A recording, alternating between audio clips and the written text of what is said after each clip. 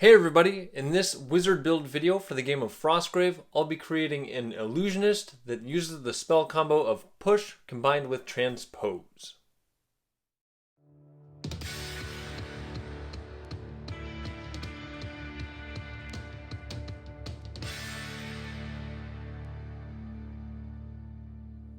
Hey everybody, I'm Alan, with Bricks and Blocks Gaming, tabletop gaming with bricks and blocks and helping to build your gameplay foundation.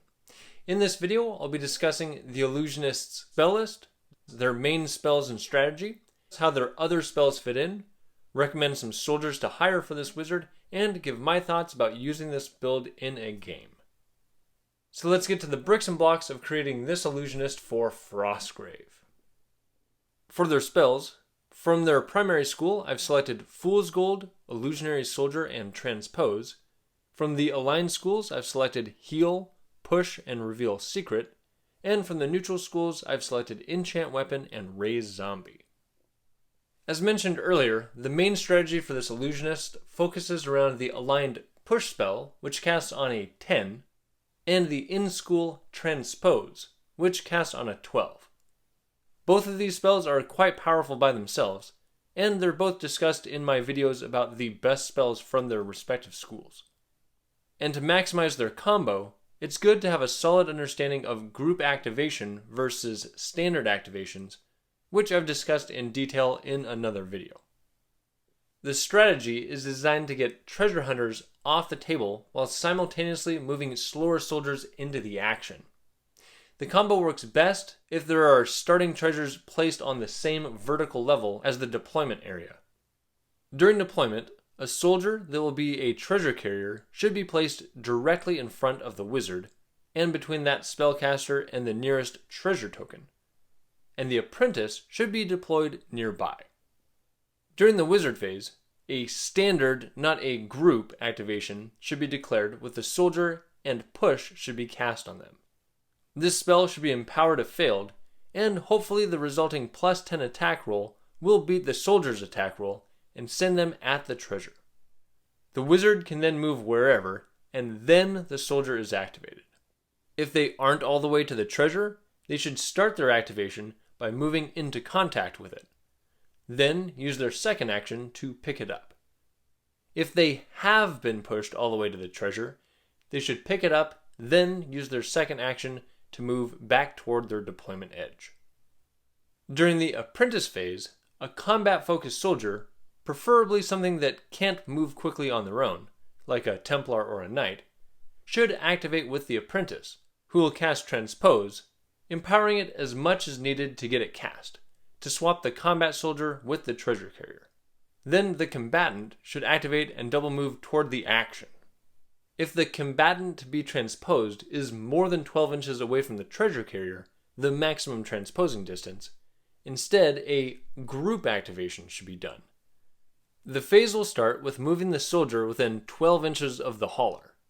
Then the apprentice should use their move action to position themselves where they can see both figures, and use their second action to transpose the two figures. Then the soldier will use their second action to move into cover or wherever.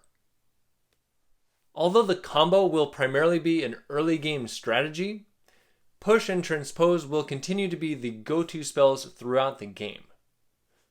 Push will end up becoming more of an offensive spell to keep enemy figures away from treasure tokens or send them flying off elevated terrain, and Transpose can move both friendly figures and uncontrolled creatures around without will saves to resist.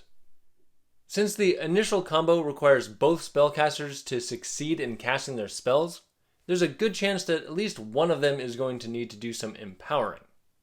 So the Heal spell, which casts on a 10 being aligned, is there to make sure the spellcasters don't empower themselves to death.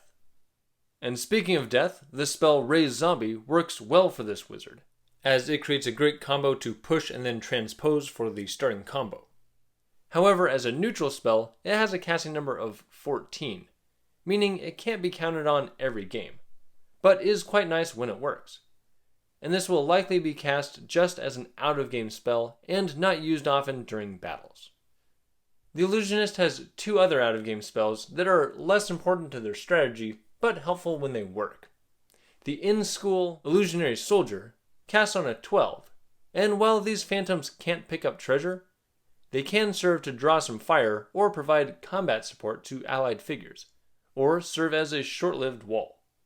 Since they can't deal damage and essentially have 1 health point, selecting them to be a knight so their high fight and armor stats keep them alive, or a treasure hunter to quickly move around the battlefield is recommended. And the aligned Reveal Secret spell, with a casting number of 14, can help to improve the quality of the treasure pulled off the table. Since this team's strategy is focused on quickness and delaying the enemy more than it is on offense, the Illusionist team may find themselves fleeing after recovering just 2 treasures, which isn't as much of a drawback when you can essentially re-roll a bad treasure result. And to help with delaying the enemy, the in-school Fool's Gold spell, casting on a 10, can waste an opponent's actions, causing them to chase around their treasure tokens, and if timed correctly, can be cast right before the Illusionist moves all their figures off the board, so the opponent will have to roll a 15+ to actually secure the token they just dropped. However, employing this tactic can cause some angry stares from across the table.